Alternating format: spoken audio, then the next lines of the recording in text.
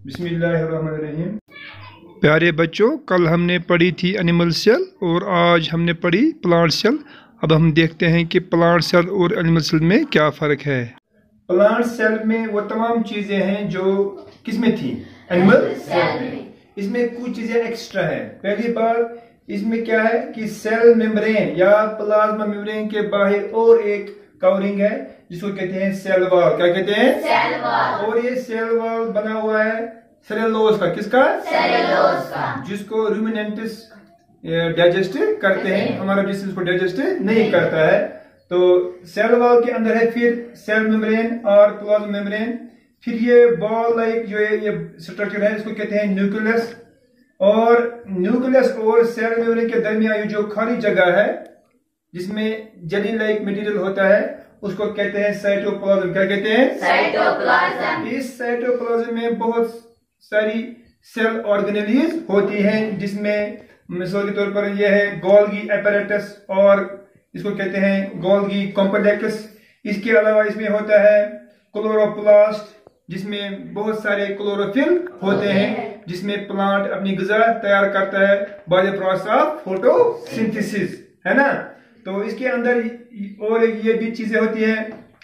यह है rough endoplasmic reticulum और इस रफ एंडोप्लाज्मिक रेटिकुलम पर होते हैं छोटे छोटे दाने जैसे स्ट्रक्चर, उनको कहते हैं राइबोसोम्स।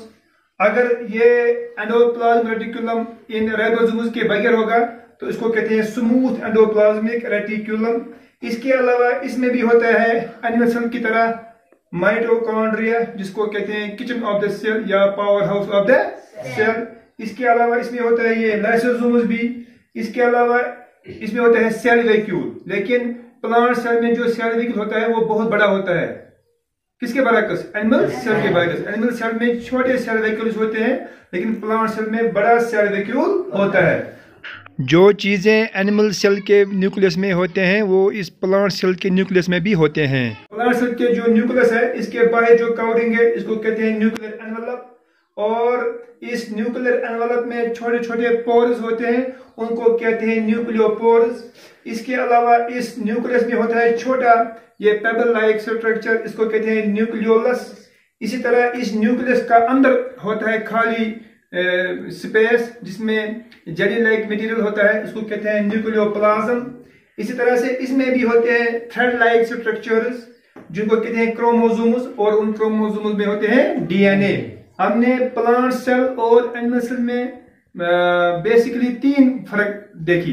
नंबर 1 डिफरेंस इसमें यह है प्लांट सेल और एनिमल सेल में कि प्लांट सेल में सेल वॉल होता है, एनिमल सेल में सेल वॉल नहीं होता है। दूसरी चीज प्लांट सेल में क्लोरोप्लास्ट होता है, एनिमल सेल में क्लोरोप्लास्ट नहीं होता है। तीसरी डिफरेंस जो है एनिमल सेल और प्लांट सेल में वो ये कि एनिमल सेल में छोटे सेल वैक्यूल्स होते हैं, लेकिन प्लांट सेल में बड़े सेल वैक्यूल्स होते हैं। उम्मीद है कि आपको ये आज का ये टॉपिक समझ में आया होगा।